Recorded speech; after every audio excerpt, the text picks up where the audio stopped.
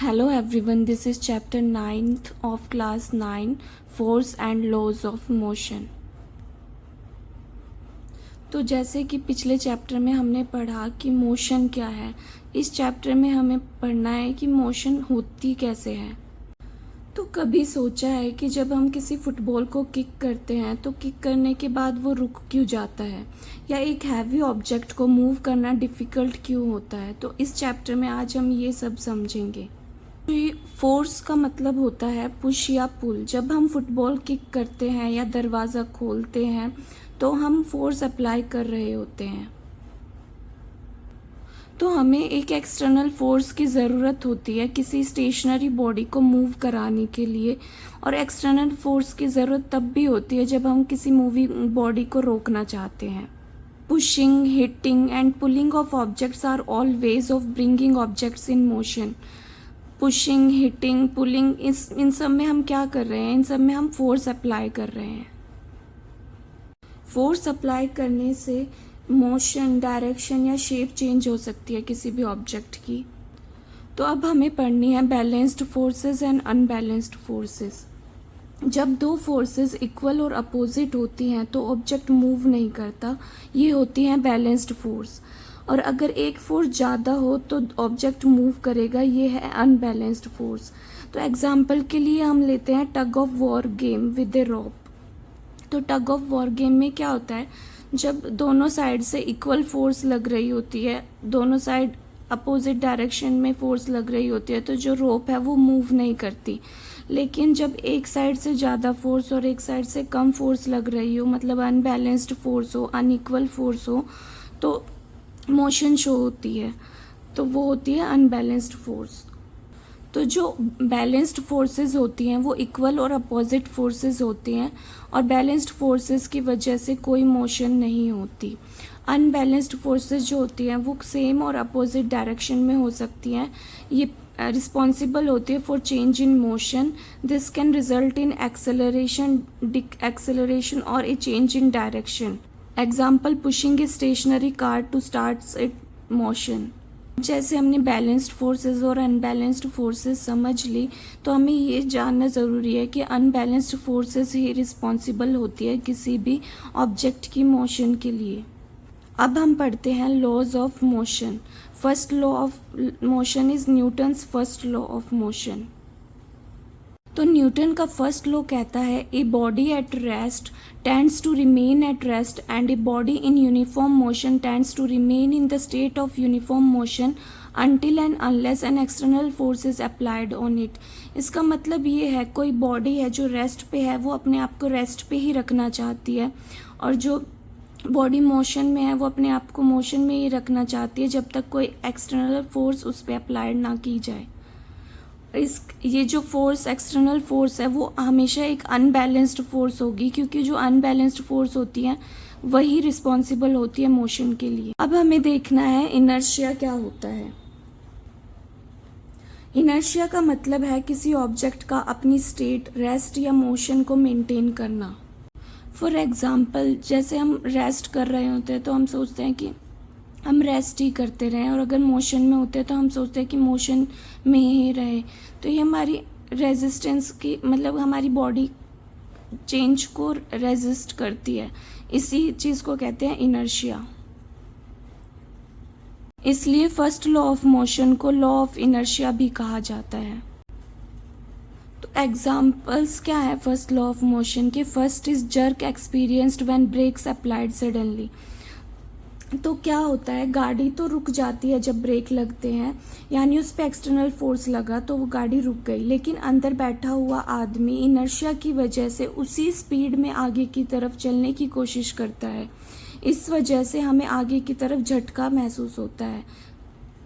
Now second example is if the bus starts moving suddenly, a person standing inside will tend to remain at rest due to inertia. As a result, they may fall backward because their body resists the motion of the bus. तो second example ये है, जब बस अचानक रुकती है तो हम आगे गिरने लगते हैं, क्योंकि हमारा शरीर मोशन में था और अब वो मोशन को कंटिन्यू करना चाहता है। इसी को कहते हैं न्यूटन का पहला नियम। ऐसे ही थर्ड एग्जाम्पल है, if the bus takes a sharp turn the person may feel like they are thrown sideways. This happens because their body resist the change in the direction of motion. तो इसमें क्या हुआ, जब बस मोड़ लेती है तो उसकी डायरेक्शन चेंज होती है, लेकिन बस के अंदर बैठा हुआ जो आदमी है मोशन की पुरानी डायरेक्शन में ही बने रहना चाहता है। ये उसके शरीर का इनर्शिया है। बस मोड़ रही होती है, लेकिन शरीर उस मोड़ को तुरंत फॉलो नहीं करता, इसलिए हमें लगता है जैसे हम अपोजिट डायरेक्शन में एक तरफ हो रहे हैं और साइड में होने का एहसास होता है। तो अब हमें देखना है इनर्शिया और मास का क्या रिलेशन है, इनर्शिया को हम मेजर कैसे कर सकते हैं। तो इनर्शिया को मेजर करने के लिए हम उस ऑब्जेक्ट के मास से रिलेट करते हैं उसे। जितना ज़्यादा मास होता है उतना ज़्यादा इनर्शिया होता है। हैवियर और more massive objects offer larger inertia. The mass of an object is measure of its inertia. For example, heavy objects को मूव करना या उनकी डायरेक्शन को चेंज करना ज़्यादा डिफ़िकल्ट होता है, क्योंकि उनका इनर्शिया भी ज़्यादा होता है। और जो लाइट ऑब्जेक्ट्स होते हैं उनका इनर्शिया कम होता है, इसलिए उन्हें पुश करना ईजी होता है। एग्ज़ाम्पल के लिए, एक फुटबॉल को जब हम किक करते हैं तो उससे किक करना ईजी है, लेकिन जब हम किसी सीमेंट ब्लॉक को मूव करना चाहते हैं तो वो बहुत मुश्किल लगता है, बिकॉज सीमेंट ब्लॉक का मास ज़्यादा है तो उसका इनर्शिया भी ज़्यादा होता है। तो न्यूटन के सेकंड लॉ से हमें ये पता चलता है कि जो एक्सेलरेशन है किसी भी ऑब्जेक्ट की, वो फोर्स पे कैसे डिपेंड करती है और उस फोर्स को हम मेजर कैसे करते हैं। तो चलिए देखते हैं। तो इसके लिए हमें पता होना चाहिए कि मोमेंटम क्या है। तो मोमेंटम को समझने के लिए हम ये केसेस लेते हैं। इसमें हमें ये देखना है कि किस पे इम्पैक्ट ज़्यादा होगा। कोई एक हैवी ऑब्जेक्ट है जो मूव कर रहा है फास्ट, और एक हैवी ऑब्जेक्ट है जो रेस्ट पे है। तो इन जैसे कोई एक हैवी ट्रक है वो फास्ट मूव कर रहा है और उसके सामने हम आ जाएं तो इम्पैक्ट ज़्यादा होगा, लेकिन कोई हैवी ऑब्जेक्ट है और वो रेस्ट पे है और उससे हम टकरा जाए चलते चलते तो इम्पैक्ट जो होगा वो कम होगा। ऐसे ही कोई लाइट ऑब्जेक्ट है जो फास्टली मूव कर रहा है और एक लाइट ऑब्जेक्ट है जो रेस्ट पे है, तो इन दोनों केस में इम्पैक्ट मूविंग फास्ट वाले पे ज़्यादा पड़ेगा हमारे ऊपर, कि हम उससे टकराएंगे तो हमारे ऊपर इम्पैक्ट ज़्यादा होगा। थर्ड केसेस, हैवी ऑब्जेक्ट है जो कि मूव फास्ट कर रहा है और लाइट ऑब्जेक्ट है वो भी फास्ट मूव कर रहा है, तो इन दोनों केस में ज़्यादा इफेक्ट हमें हैवी वाले से होगा। तो इससे हमें क्या पता चलता है कि जो इम्पैक्ट हमें किसकी वजह से पड़ रहा है, एक तो वेलोसिटी की वजह से, एक मास की वजह से। ये दोनों इम्पॉर्टेंट है हमें इम्पैक्ट पहुंचाने के लिए। तो जो हमें इम्पैक्ट मिल रहा था मास और वेलोसिटी की वजह से, उसे हमने नाम दिया momentum. Momentum is product of mass of a body and its velocity. ये एक वेक्टर क्वांटिटी है, मतलब इसमें इसका मैग्नीट्यूड भी होता है और इसमें डायरेक्शन भी होती है। It is denoted by letter P और ये प्रोडक्ट होता है मास एंड वेलोसिटी का। अब हम देखते हैं फोर्स के बारे में। Greater force is required to set heavier bodies in motion. हमें हैवी बॉडी को मोशन में लाने के लिए ज़्यादा फोर्स रिक्वायर्ड होती है, और greater force is required to stop bodies moving with higher velocities. और कोई बॉडी है जो बहुत हाई स्पीड से मूव कर रही है, हाई वेलोसिटी से मूव कर रही है, तो उसे स्टॉप करने के लिए भी हमें ज़्यादा से ज़्यादा फोर्स चाहिए। Greater the change in momentum in a given time, greater is the force that needed to be applied. जितना ज़्यादा चेंज होगा मोमेंटम में किसी गिवन टाइम में, उतनी ही ज़्यादा हमें फोर्स अप्लाई करनी होती है। तो अब हम देखते हैं फोर्स का मैथमेटिकल एक्सप्रेशन। तो कोई ऑब्जेक्ट है, उसका इनिशियली मोमेंटम है pi और फाइनल मोमेंटम है mf/v(f). तो इस pi को हम डिनोट कर सकते हैं mi/vi से और pf को mf/v(f) से। तो दोनों केसेस में जो मास है वो तो सेम रहेगा, क्योंकि इनिशियली जब वो रेस्ट पे था तब भी उसका यही मास था और मास तो सेम रहेगा, तो mi = mf। लेकिन जो वेलोसिटी है वो चेंज होगी। तो जो ऑब्जेक्ट है उसका इनिशियली मास मोमेंटम क्या है mu और फाइनल मोमेंटम है mv। जो फोर्स है वो प्रोपोर्शनल होती है to momentum with respect to time. तो force is proportional to p2 minus p1 upon t। हम p1 p2 को mv माइनस mu लिख सकते हैं। प्रोपोर्शनैलिटी का साइन हटेगा तो इक्वल टू आ जाता है उसकी जगह पे, और प्रोपोर्शनैलिटी कांस्टेंट k आ जाएगा। फिर मास को कॉमन लिया तो बचा v minus you upon T. अब हमने मोशन वाले चैप्टर में पढ़ा था कि इस यूनिट इसको हम एक्सेलरेशन कहते हैं। तो फॉर्मूला हो जाएगा force equals to k upon k m में। प्रोपोर्शनैलिटी साइन को 1 लेते हैं तो फोर्स का फॉर्मूला आ जाता है m में। यूनिट क्या है फोर्स की? मास के लिए किलोग्राम और एक्सेलरेशन की यूनिट्स होती है मीटर पर सेकंड स्क्वायर या फिर न्यूटन। तो अब हमें इससे पता चलता है सेकेंड लॉ ऑफ मोशन क्या स्टेट करता है, the rate of change of momentum of an object is proportional to the applied unbalanced force in the direction of force. First example है catching a fast moving ball. जब ball fast move करती है तो उसका acceleration high होता है, जिसका मतलब है कि बॉल का मोमेंटम भी ज़्यादा होता है। अगर आप बॉल को डायरेक्टली कैच करते हो तो उससे सडनली स्टॉप करने की वजह से आपके हाथों पर बहुत ज़्यादा फोर्स पड़ता है, जो इंजरी का रिस्क बढ़ा सकता है। इसलिए जब आप बॉल को कैच करते हो तो आप अपने हाथों को पीछे मूव करते हो, जिससे बॉल की एक्सेलरेशन को ग्रेजुअली रिड्यूस करते हो। इस प्रोसेस को हम टाइम को इंक्रीज करने के लिए करते हैं। जब आप अपने हाथ पीछे ले जाते हो तो आप बॉल के हाई वेलोसिटी को धीरे धीरे 0 तक ले आते हो। इससे क्या होता है, बॉल का वेलोसिटी ज़्यादा टाइम में 0 होता है, जिसका मतलब है कि बॉल को रुकने का टाइम ज़्यादा मिलता है और फोर्स ग्रेजुअली अप्लाई होता है और ग्रेजुअल रिडक्शन होता है फोर्स का, जिससे हाथों पर डायरेक्ट इम्पैक्ट नहीं पड़ता, कम इम्पैक्ट पड़ता है।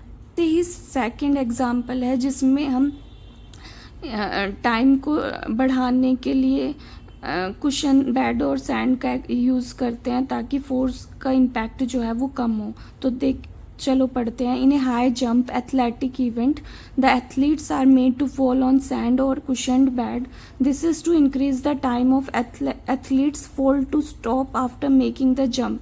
This decrease the rate of change of momentum and has the force. According to Newton's third law, to every action there is always an equal and opposite reaction। इस law के according जब भी हम किसी object पर force apply करते हैं तो वो ऑब्जेक्ट हम पर भी इक्वल और अपोजिट फोर्स अप्लाई करता है। यानी अगर आप किसी चीज़ को पुश करते हो तो वो चीज़ भी आपको पुश करती है, बस उसका डायरेक्शन अपोजिट होता है।